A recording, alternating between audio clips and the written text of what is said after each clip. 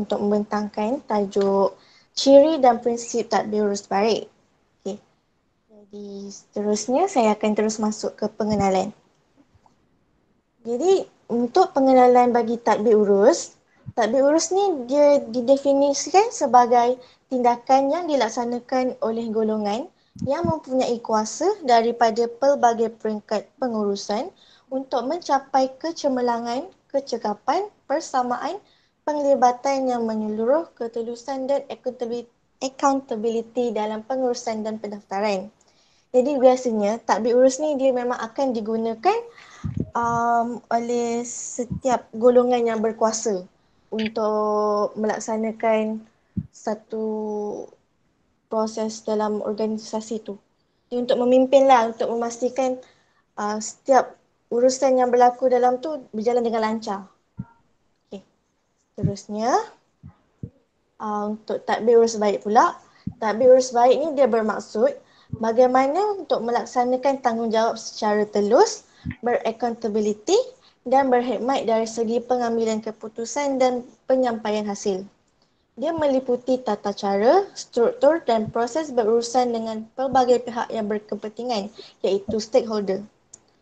Mekanisme atau struktur jabatan kerajaan termasuk budaya, dasar strategi serta tata cara awam berurusan dengan pelbagai pihak berkepentingan.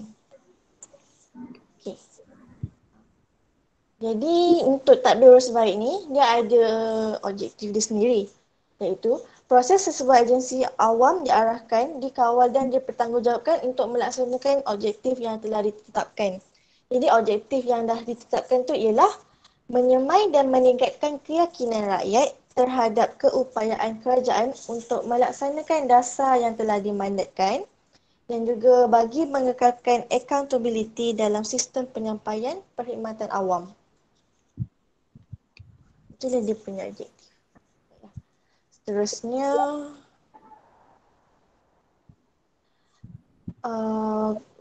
tadbir urus baik ni dia ada dua aspek utama, iaitu prestasi dan juga pematuhan terhadap undang-undang. Untuk prestasi ni, bermaksud pengurusan penyampaian adalah amat penting dalam penyampaian perkhidmatan yang efektif dan efisien. Seperti yang diharapkan oleh pihak-pihak berkepentingan, iaitu stakeholder, di samping memastikan perkhidmatan tersebut value for money serta pengurangan terhadap pembaziran sumber dan dana. Jadi prestasi ini sangat pentinglah. Dia nak pastikan semua yang dibuat tu berbaloi dengan apa yang dimodalkan, berbaloi dengan apa yang dikeluarkan. Jadi dia tak nak macam bila dia dah keluarkan duit yang banyak untuk sesuatu tu tapi benda tu tak mendatangkan hasil yang baik.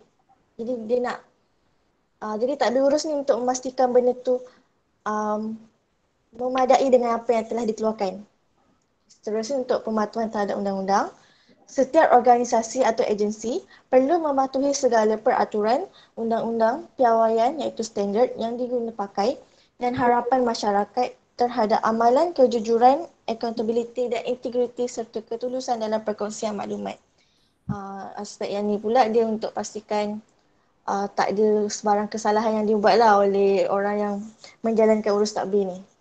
Okey, seterusnya. Okey, sebelum tu cikgu nak jelaskan, nak tanya jugalah stakeholder tu. Siapa boleh tolong jelaskan apa maksud stakeholder? Pihak-pihak berkepentingan atau stakeholder. Dia macam orang, biasanya pihak yang berkepentingan ni orang yang ada, kalau dalam syarikat swasta, orang yang ada banyak melabur, kan? Orang yang ada banyak membeli saham dekat syarikat tu kita panggil stakeholder. Tapi kalau dekat tajuk tadbir urus ni sebenarnya dia fokus kepada perkhidmatan awam, pejabat-pejabat kerajaan. Jadi awak tak boleh kaitkan dia dengan syarikat swasta lah. Tajuk tadbir urus ni kalau kita nak imagine, kita akan tengok kepada pejabat-pejabat kerajaan. Sebab tu tadi ada kenyataan tentang sistem penyampaian perkhidmatan awam. Sebab dia berkaitan dengan pejabat kerajaan. Jadi kalau kat situ stakeholder, kalau dekat pejabat kerajaan ni siapa? Maksudnya orang-orang pihak-pihak atasan lah, pihak-pihak pentadbir. Okey, kita teruskan. Okey, seterusnya prinsip utama tadbir urus. Prinsip utama takbir urus ni sebenarnya ada 8 tapi kat sini tertinggal satu. Tapi tak apa, nanti saya terangkan juga. Okey, jadi prinsip utama takbir urus ni yang pertama ialah fokus kepada pelanggan, beretika, ketulusan, accountability, efektif dan efisien, pengurusan perubahan, pengamanan dan pengawasan, dan yang akhir sekali yang tak ada kat situ adalah integriti. Jadi seterusnya, jadi kat sini, fokus kepada pelanggan bermaksud takbir urus yang terbaik sentiasa memberikan keutamaan menyeluruh kepada pelanggan. Usaha ke arah meningkatkan kepuasan tahap pelanggan sentiasa dilaksanakan secara berterusan. Kat sini mungkin daripada sini boleh wujudnya yang satu statement yang customer always right. Kat situ dia nak mementingkan kepuasan pelanggan untuk memastikan pelanggan dapat apa yang diorang nak. Okay. Seterusnya beretika. Penekanan terhadap nilai-nilai positif dalam pelaksanaan dan penyampaian perkhidmatan. Pengurusan perlu sentiasa memastikan ahli-ahli dalam agensi mempunyai etika yang tinggi serta mengamalkan nilai-nilai murni. Jadi etika ni memang sangat penting untuk setiap urusan.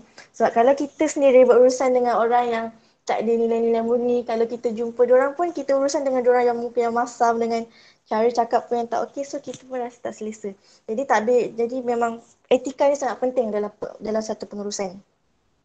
Seterusnya ketulusan. Ketulusan dalam perkongsian maklumat kepada pihak yang berkepentingan.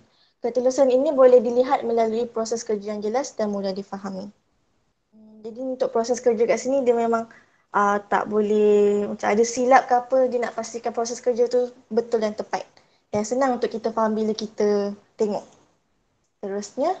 Okey, sebelum tu pelanggan. Fokus kepada pelanggan. Siapa pelanggan? Rakyat. Rakyat. Pandai. Rakyat, ialah rakyat lah. Maksudnya orang awam. Pelanggan tu maksudnya orang awam. Kan perkhidmatan, sistem perkhidmatan awam. So, kita ada orang awam. Terusnya accountability, iaitu proses sesebuah agensi bertanggungjawab terhadap semua keputusan yang dibuatnya dan tindakan yang diambilnya. Kewajipan memberikan jawapan dan penjelasan tentang tindakan dan prestasi kepada sesiapa yang berhak untuk mendapat jawapan dan penjelasan. Jadi accountability ni orang yang menguruskan tu dia kena jawablah kalau setiap pertanyaan tu semua dia kena jawab, tak boleh abaikan pertanyaan tu. Okay, seterusnya integriti, berdasarkan kejujuran dan objektiviti terhadap tata susila yang tinggi, penuh tanggungjawab dalam pengawasan dana dan sumber awam serta pengurusan hal agensi. Efektif dan efisien. Dia bagi memastikan pencapaian perkhidmatan dilaksanakan secara efektif iaitu cekap dan efisien, berkesan. Seseorang pegawai perlu memastikan organisasinya mempunyai sistem yang dinamik, cepat dan tepat melalui penggunaan sumber yang minimal dengan penghasilan kerja yang maksimum. Jadi kat sini dicuba untuk mengurangkan penggunaan sumber tapi nak mendapatkan hasil yang maksimum, yang terbaik daripada sumber yang minimum tu. Okay. Seterusnya pengurusan perubahan. Tadbir urus yang cekap dan berkesan iaitu terbaik adalah bagaimana pengurusan mengurus dan menangani perubahan. Perubahan dalam sesebuah organisasi ini amat perlu agar organisasi ini lebih dinamik dan berdaya saing.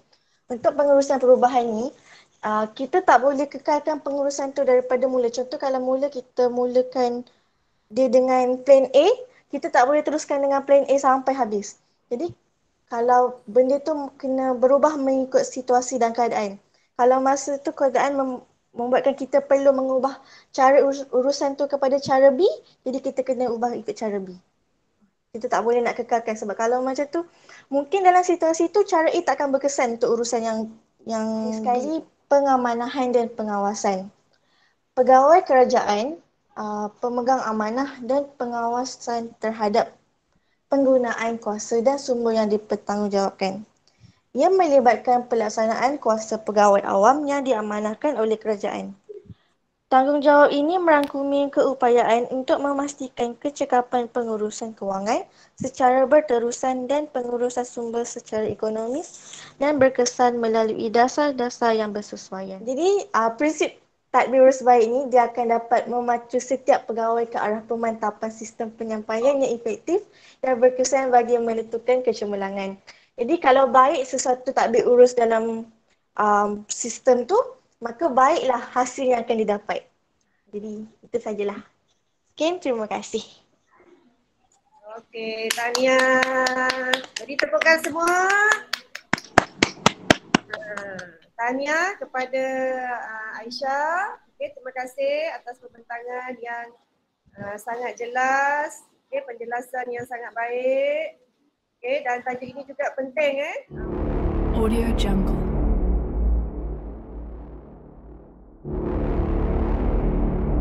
Audio Jungle.